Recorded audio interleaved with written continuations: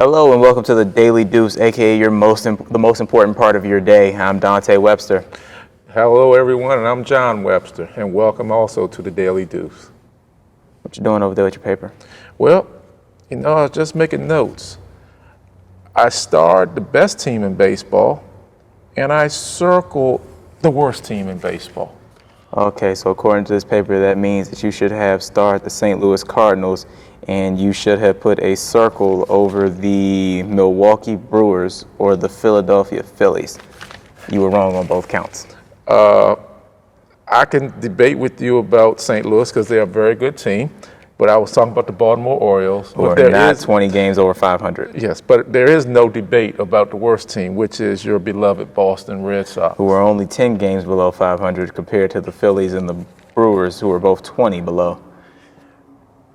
Harder division. Semantics, National right? League, Semantics, National League, semantics. Yes, Okay, it's semantics. National League baseball Semantics. is a tougher brand of baseball, as you see last year with San Francisco Giants winning the World Series. Semantics. But let's get straight to the point. Orioles, Red Sox. Orioles, Red Sox. Yes, what about it? Orioles are getting ready to make a run. The pitching's starting to come around, except for Tillman and except for Norris. They're getting ready. They're only 2.5 games out of first place, getting close to the All-Star break. I think they're going to make another run. They can win the division again this year. Red Sox are piss poor, and I hope that they have a fire sale pretty soon. So that'll give us a lot of wiggle room there, and it'll give us some more prospects. But for me personally, I'm looking at it saying, yeah, the Orioles have a good shot at it. The whole division's weak, as we've said in previous episodes. The division is weak. So I don't think that the winner of that division has the best shot at the World Series. So tell me, who do you have in the American League overall? If you say the Orioles, you're the real homer. Well, first I got to figure out a way allowed to say piss poor on TV, but it's been done now. So, not a question, to answer your question. You are correct, but I want to go back to last year. Last year, the belief was the weakest division in the American League was the American League Central. They thought it was just Detroit, and Kansas City was just an up-and-coming team. Kansas City ended up upsetting the Oakland A's. They ended up beating the Orioles. They ended up getting to the World Series and lost a 7-game tough series to the San Francisco Giants. I think this year, a lot of people are underestimating the American League East. I think there's good teams in the American League East besides the Orioles. I think Tampa Bay is going to be tough. I think the Yankees are going to be tough in the American League East as well. I think Toronto, I don't think they're going to have enough pitching. I think they will fade. As far as the American League Central, Detroit is a very good team, and they're in third place, out by 5 games. Kansas City and Minnesota are the class of that division right now. So I think that's going to be a tough run. Houston is really surprising a lot of people, but if you ask me who I think the best teams in the American League are, I would have to go right now with the Houston Astros. I think Houston is the best team in the American League. I think their farm system is very strong. I guess that's why St. Louis is being accused of trying to tap into their farm system.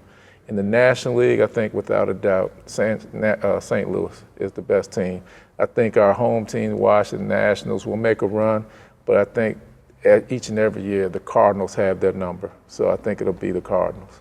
For me, I'm going to go with the Royals as the best team in the AL because now they're back down to 7 All-Star game starters, which is still way too many, but they've definitely they're definitely doing a lot better this year compared to last year. And I think they're still riding off the wave of momentum that got them to the World Series last year. And it's just nice to see a refreshing team in the American League that's up and coming, that's going to be the top dog yet again because they did win the pennant last year, and this is a small market team that's successful, and you got to love it when a small market team is out there competing with the best of them. And like I said earlier, they have a bunch of all-stars on their team. They're still a very, very strong team. Pitching isn't bad either. So I'm going to have to go with the Royals as of right now. It may change later, but I'm still going with the Royals right now. And for the best team in the National League, or the team that I think will have a good shot at the World Series, I'm going to stick to the team I pick just about every year in the National League. I'll go with the Dodgers, which is quite surprising considering that they're not head and shoulders above the National League West right now, and San Francisco is on their heels. But I'm going to go with the Dodgers because I still like Clayton Kershaw to turn it around this year. Zach Greinke has had, 11 straight starts of 1 run or fewer. Yep. And his last two games he's 0-2, but the ERA is 1.79. So I mean, I'm not gonna say anything bad about Greinke. I think that they have good pitching, and if you look at their rookie prospects on offense too, Jock Peterson's hitting with the best of them right now. And when Puig comes back, I got to think he'll give them something. I don't know if in the All-Star game, it was pitiful. But otherwise, I think he'll have to give them something. So I'm going to go with Royals and Dodgers as of right now as the teams that I've got making a big run towards the end of the year as well as heading into the All-Star break. But to switch gears a little bit, football season is rolling back around. Mandatory minicamps starting back up. Training camps are going to be starting up pretty soon. So what do you see that you like in the D.C. area as well as the NFC East in general? What do you see that you like right now? I guess D.C. area would mean the home team here, the Washington Redskins. Yes, that would be the home team. We wouldn't be talking about the Baltimore Ravens. No, that was not the home team. Okay. With the Redskins, I'll say like I've always said to you, their season, their Super Bowl was the off season. Off season was quiet this year. I think they did well in the off season this year because they made very few moves. The moves I think they made were fiscally responsible, and I think they were calculated. They made good talent moves. I think a key to the Redskins this year will be their running game. You and I have discussed before, Bill Callahan coming over here from Dallas. Two things are going to happen this year with Callahan with the Redskins. One, you're going to find out in Dallas' situation if it was Callahan or if it was the players that led them to have such a great running game. Redskins side, you're going to find out if Callahan can improve the running game. They definitely are going to a different style of blocking this year. It's going to be more physical, more man-on-man blocking. I think last year as well as when Shanahan was here, it was more zone blocking, more finesse. They're looking for bigger guys. It kind of reminded me of the old days with the Hogs and when Redskins really were a great football team, a great organization. And the draft pick this year, they took Brandon Shreve. That definitely fits in with Callahan because they took one of the biggest, best offensive linemen on the board. So yeah, and you can start him on the right side. You still have Trent Williams on the left side. Yep. You can bring him along slowly. You can get him ready 2 or 3 years down the line when Trent Williams decides to retire. Now, in the Cowboys, I mean, Trent Williams has been around almost 8, 9 years now. So how much longer do you think? 6 or 7. 6, 7, 8. Much longer you think he's going to play? You never know. Offensive lineman can go a little while sometimes. Yeah, but not ones with knee issues like him, I guess. Yeah, well, and he's on the blind side, so you don't want him hanging around 15 years and the quarterback. Because another key point for the Redskins will be the quarterback, whether it's Robert Griffin or whether it is Kirk Cousins or whether it's Colt McCoy. That's going to be a key. Again, we'll find out how much homework Robert Griffin has done because it's a drop-back quarterback system that Jay Gruden uses. It's not the run and shoot or chuck and duck or whatever you want to call that offense that he's trying to avoid being. No dink and dunk. Whatever it is, he's going to have to be a drop-back quarterback, and we'll see how that works out. In Dallas, in my opinion, your lovable Cowboys, I think reality was set in this year, and they'll go back to being 8-8. 8-8. You see him back to 8-8?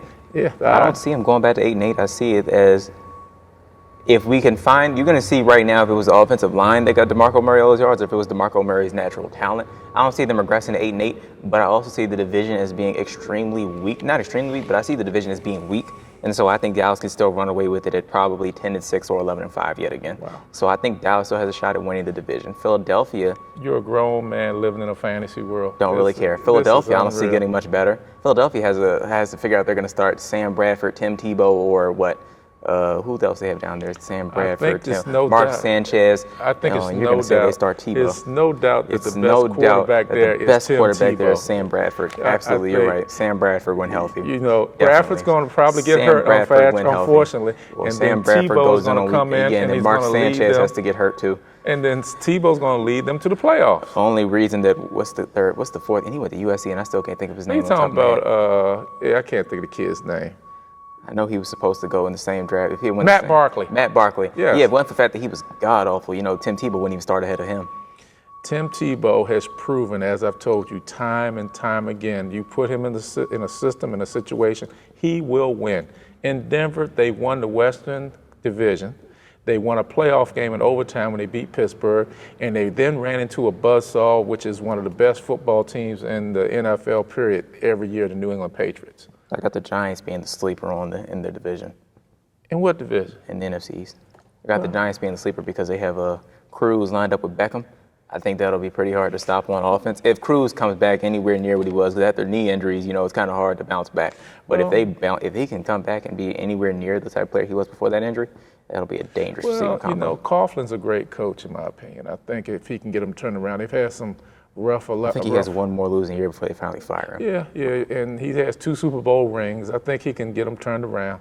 I think they will be honestly a better team than the Cowboys. Again, Cowboys 8-8. Don't see it. 11-5, 10-6. Speaking of teams that have faded into mediocrity, or not even teams, players that have faded into mediocrity, your boy Tiger Woods, how's that going? I was always a lefty guy. Everybody else was a Tiger Woods fan. Just because I'm left-handed, I always like Phil Mickelson more than Tiger Woods. Never hid that fact. Just because you want to be on a different side of the street. Nope, just because I like to be a lefty fan because he's left-handed. Tiger Woods, I think we saw last weekend, struggled again at the U.S. Open. That's quite a course they're playing on. That was an 18-hole course with one tree. It looked like a construction site. But, I mean, it was unreal. But Tiger Woods is really, he's the 180th ranked golfer right now. In the world? In the world. That's pretty Right now, I don't think he's anywhere near a Jordan Spieth or Dustin Johnson or Rory McIlroy. Rory McIlroy. He's not anywhere near those guys. I think also with golf, though, golf is a very mental game. All sports are, but especially golf. Cerebral. Yeah, it's just like this weekend with the U.S. Open. Johnson 3-putted on the 18th hole. He had a chance to put it into a playoff and wasn't able to do it. And it's a rough sport, man. It's a really a tough sport. I think maybe Tiger Woods will win, in my opinion, one more Grand Slam major tournament. Yeah. I think one more of those, one major tournament. He will not break Jack Nicklaus's record. I don't think he comes anywhere near it. I think at this time, at his age now, a lot of the intimidation factor he used to have, these kids playing now have no fear of Tiger Woods. They're seeing Tiger Woods now who is a shell of himself. They're seeing the red shirt on Sunday and they're laughing. Yeah. Well, really, you can't even see the red shirt on Sunday because he really doesn't make it past the cut on Friday. He doesn't make. He drops out the tournament. It's not that he doesn't make the cut halftime. He drops out the tournament. He shot 80. He shot 80 last week, Dante. He did. Okay, this time he didn't make the cut. Okay, he didn't even make the cut. He made Thursday, and then Friday he already has bags packed by the 18th hole, so he was going home. Probably by the 8th. Well, 8th, 18th. Tomato. It was pretty bad. Yeah. But I look at it like this. Golf is a game where you do have a longer expectancy, so maybe, just maybe, if he goes back to his original mechanics, because they all say that he's tinkered with his swing so much at this point that we don't even know how he's doing it anymore. So I think that maybe if he goes back to his original mechanics or picks back up his old hitting coach, that's another thing they were talking about. I think that there's a possibility. You said maybe one more major. I think he could win probably one or two more if he goes back to that, because in golf, you have a long window. You could golf until you're in your 50s. That's on a professional level. That's when you go on the senior tour, Dante. In your you don't 50s. have to. Who in their 50s on the PGA? Wait, who's the oldest person? Somebody old won one last year. They were in their 50s, I think. There's nobody in their 50s. I really? mean, I thought it was 50s. Huh? I mean, I can't remember the guy's name. He was in a major tournament. Wasn't Tom Watson old? It was Tom Watson, yes, but he didn't win. You still play? He's also playing the senior tour. Well, you can play both. You can give it the old college trial on both sides of it. What is he? Tiger Woods turning 40 this year, probably. He still has I think he still has 5 or 6 good years left. Well, I don't know if they're gonna be good years. He has 5 or 6 years left in him, even after all these surgeries and everything. And we got to just think about it. Tiger Woods has been golfing on a professional level for over 20 years at this point. It's catching up with him probably. Knees, hips. It's like Tiger is like you have a kid who will go to the pros in the NBA. Even though, like Kobe Bryant. Kobe is 36 years old, but he went to the NBA at 17, so he's been playing the NBA, 19 years? Mm-hmm. But before then, he was playing a high professional level, even in high school. Same thing with Tiger Woods. Tiger Woods is 37, 38, maybe 36. He's been playing 17, 18 years. He played competitively at Stanford for 4 years. It's a long career, man. It's time that he may have to look at, eventually going on the senior tour when he comes of age, but playing in the PGA right now, no, I don't see him. Maybe one more major title, maybe one more at the most. I think he would have. You bring up a good point. Maybe Tiger and Butch Harmon can have a conversation, and maybe they can bring the band back together again. That's when he had his best times in the majors, but that's a lot of ego on both sides, so I don't know if that will ever happen again. Well said. So this has been another episode of the Daily Deuce. So any last or parting words? Last parting words, I'm looking forward to the football season with the NFL, but I'm also looking forward to college football when the best team in college football, the Notre Dame Fighting Irish, are able to take the field. And on that note, we're going to end the show before he starts off on a rant. This has been the Daily Deuce. I'm Dante Webster. And I'm John Webster. Thanks for viewing us today.